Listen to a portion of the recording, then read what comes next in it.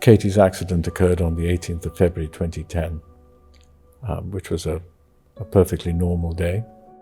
And we were in London, and I had a meeting in Cornwall the next day, and we decided that we'd stay at our home in the Cotswold that night, and we were on the M4 when her mother-in-law rang and said, "Where are you?" And we said, "We're on the M4. So she said, "Can you turn round?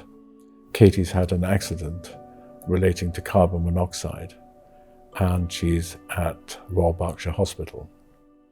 And we turned around at the next junction and headed back. And it was a wet, cold, sleeting evening in February, and we arrived at the hospital to be met by the doctors to tell us what had happened, that she had passed away.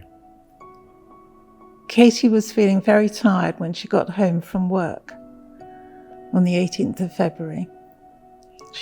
They would have gone to the gym, but she spoke to Richard and said, "I feel really tired, let's just get a takeaway. Can you get something and bring it home?" So she ran the bath, and then he came home a short while later and found the cat lying unconscious on the floor. He went to the bathroom and she was under the water. What we believe happened was that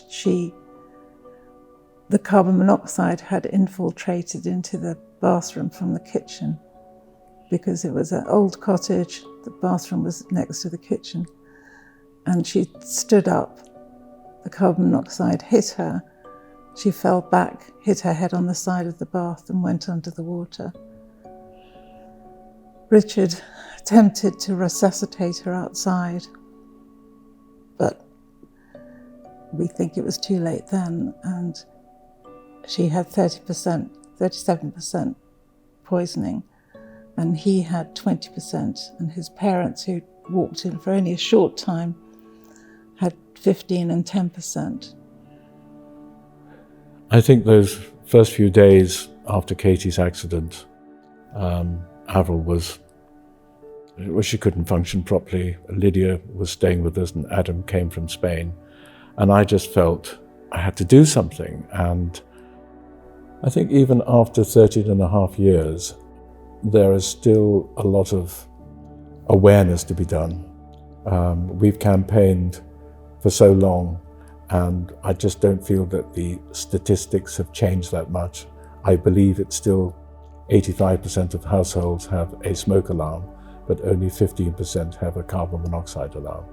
So we'd like to see that 15% increase to over 50%, or as near to a smoke alarm as possible. Carbon monoxide is so dangerous because it's a silent killer. You can't see, smell, or taste it. I would really want people to realise the dangers of carbon monoxide poisoning. Make sure your carbon burning appliances are serviced and maintained by a registered engineer, your chimney swept by a registered sweep. And the second line of defence is to install an audible carbon monoxide alarm.